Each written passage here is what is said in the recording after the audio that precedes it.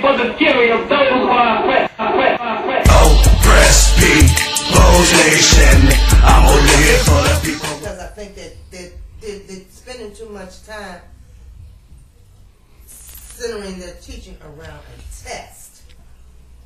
And these kids aren't really learning a whole lot. Okay, but now remember, the OGT is an 8th grade test. They're testing them from elementary school up. Every year these kids are being tested. Right. They start in the 3rd grade. Right, but it's still an 8th grade. It's an 8th grade test, and you got 12 years to pass it. So, you know, why do we here in the city of Cleveland, instead of being above the standards or meeting the standards, we decide to make an excuse and say that, oh, well, you know, our kids can't handle that. We don't want to teach. They teaching to the test. Well, first of all, if you was teaching the standards of what's supposed to be taught, because it's standards. Certain things you supposed to know in the 1st grade. Certain things you supposed to know 3rd, and 4th, 5th, 6th, 7th, 8th, right? Do you know it's some kids? I got a friend, and I just told him, I said, look, if you start you a K-8, this is how you're going to get funding, and they're going to fund you every year. And this is going to be your hook. That by the time your kids leave your K-8 building, they've already passed their OGT test. You know how you do that? You know how you do that? You get what they call OGT Study Island, right? The asset code is. Then you get this little red book. And they can do and if they got that, for you might mess around have kids passing OGT in the 6th grade. I knew a little girl that passed all 4 parts of the OGT in the 6th grade with high marks. Then why are so many kids failing? Because you know why so many kids failing? Discipline. Teachers can't teach you what you need if they got to spend 45 minutes calming the class down. Goes back to that. Well, listen, I was one of them bad kids in school. I wasn't the greatest in school. Well, I wasn't no saint. I was bad in school. I was too. Right? But I had enough sense to know to hook up with the nerds to get it to right. get my homework turned in and to be ready for the test. Yeah, so you don't have to hear from mama. Right, I didn't have to hear from my mama. I was cutting almost every other day. Come home, go to sleep. You learn what to do, so mama, your parents be right, quiet. I was cutting every day. I was going home, going to sleep. Then at 1 o'clock, I'm waking up because I done been asleep from 4 to 12. I'm waking up doing homework. I get in their classroom. Hey, turn my homework in for me. When it comes time for a test, I'm getting 85s and up. But the bottom of the line, I knew that I had to do it that way. I wanted to be cool and in the end click, right? I had a young mother. With her being young, that means she could tap on that ass good. She didn't get tired. All right? That means when I jumped out running, she was right behind me, 2 steps. Sometime I turned the corner, and I turned the corner. Next thing you know, my mother at the corner. So I didn't get a chance. The youth right now, the problem with the youth, that's the respect. They don't respect the parents. They don't respect the parents, and also the teachers don't respect the students. See, if you want respect, this is a new age. It used to be about you got to learn it. Now these young folks coming out today saying, you want me to respect you, then you got to respect me. Respect is a two-way street. And it is. You can't expect for me to respect you and you talking about me. Give you a prime example. Young men wear their pants down, right? Okay.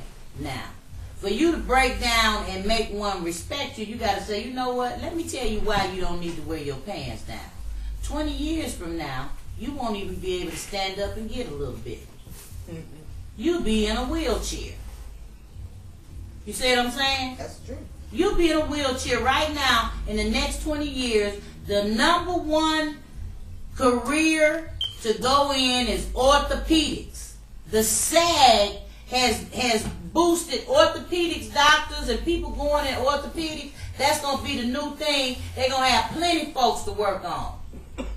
Because your trochlears, which are at the top of your hip bones, right? When you sag, instead of them rotating their regular way, right, they rotating out. So what you're doing is you're deteriorating the bones to your hips. So you have to tell young folks, don't just be like, oh, put your pants up. No, we got to start respecting them and giving them some information that they can take back and spread. We got to start talking to them. Stop, just looking at them. Stop talking at them and ask them, hey, what's going on in the classroom? What is it that make you not want to go to school? First of all, I'm going to tell you something. School ain't attractive. School used to be attractive, and we had less money. And what I mean by school was attractive, back in the days when we was going to school, heroin was the thing. Yep. You had a lot of heroin addicts that was raising kids going to school, right? Yep. But the one thing them kids did, even if they didn't eat at home, what did they do? They got up and they went to school. You know why? Because school was more attractive than being at home. Right now, school ain't attractive. You know what's attractive in the city of Cleveland? The streets. The streets and that new jail they done built over there on Quincy. And it's awful funny that they rounding our kids up in record numbers to get into the Justice Center. From the schools. School to prison pipeline. We got, school to prison pipeline. You round here paying $23,000 for a table for judges to sit at when we got kids that can't take their textbooks home. In the city of Cleveland, they cannot take their textbooks home. I know. With this last 7 schools, they tried to put textbooks on there. They was going to cut it $2.5 million. Textbooks. They was going to cut special ed teachers. Well, special ed teachers is our cash cows. You don't get no money if you ain't got special ed in your building. Right. So, my big thing is we need more people like you. We need get some friends. We need more people to get involved. That's the problem. Right, I know it's the problem. That's why I've been on the fight for it'll be 12 years next year. It's hard because older people like me, most of them, or a lot of them, I'm not going to say most of them, but a lot of them, or several of them. We've raised our children. Put it that way. We've raised our children, and I'm sure you've heard the thing of once you raise your children, it's time for you type of thing. Right. Because...